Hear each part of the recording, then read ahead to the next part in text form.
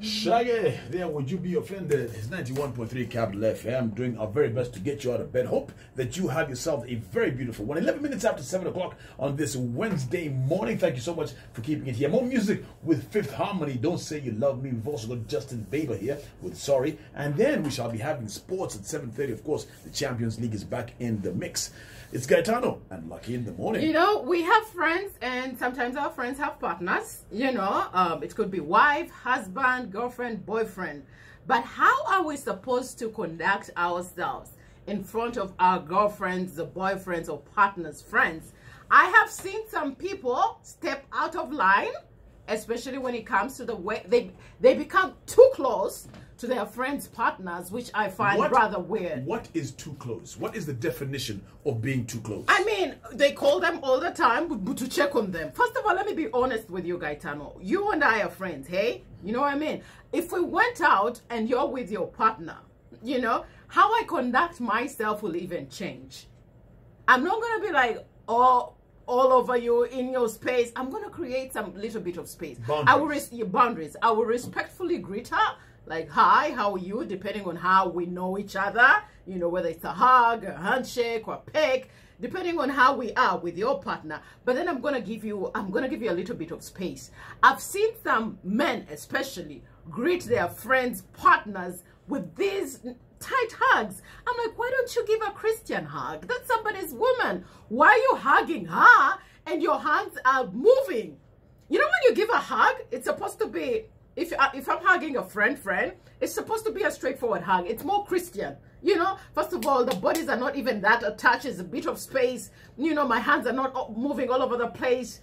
But if you start to move your hands, it's going where it's not supposed to be, guy. So you got to be careful on how you hug your friends' partners. I find this interesting because as somebody who has friends, who has brothers, sisters, and all of that, and how I relate to them, I mean, I can give my brother's sister a kiss on the cheek. Yeah, that's okay. That's okay. That's how you greet them. I do give them hugs when we meet each other sometimes. We hug each other. Are your hands moving while you're hugging?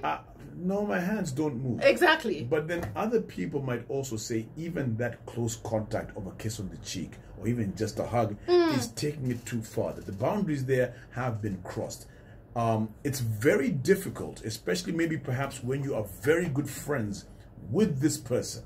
If I'm very good friends with you, Lucky, and we have become good friends, I might, you know, something that is really seen to be a close relationship might be seen to be something else. Something else, is that absolutely. now crossing the boundaries because we're tight friends? It's crossing the boundaries. And Gaetano, there's what they call respect, especially when other people's spouses are there. How you relate with me, you know, here, and how we talk and chat and joke. Am I allowed? We understand that. Okay. But say we go through a function, I'm with my husband.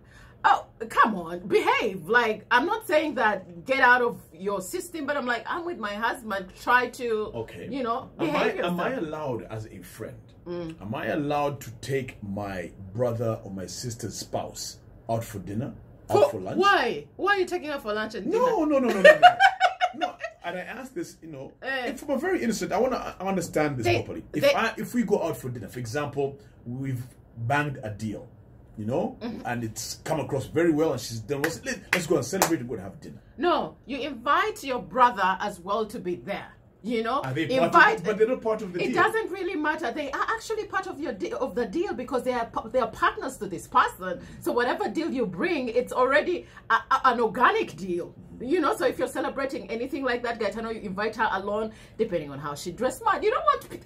First of all, why we do this and why the Bagandas would say, "Oh, don't greet your in-law like this," because they are trying to fight temptation. You don't know what will happen. Why are you taking somebody's wife out to celebrate a deal? Are you like for real? Unless you come with your partner, your wife, and she also brings. That's fine. So in a way, what you're really saying here is, I must never be alone with my friend's spouse or my in-law, my brother's spouse. I must never be alone with them in a compromising situation that can be misconstrued. Yes, absolutely. Unless he's somewhere, maybe he's gone in the corridors and he's coming back and he's like, hey, you guys can, you know. But aren't we then sort of going into a very gray area of it becomes a very impersonal relationship with somebody who really should be. Wait a minute, you have other friends, you have other people to relate with. Just leave your friends' wives. It becomes too complicated. It is complicated. 16 minutes after 7 o'clock.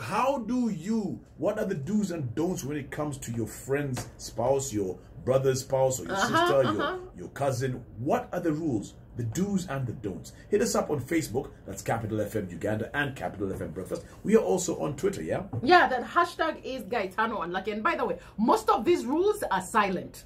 Oh my gosh. You don't say them. You don't say them, but you know. I know how to act. If it's a silent rule, how am I supposed to know? I know how I'm supposed to act in front of your wife without even being told.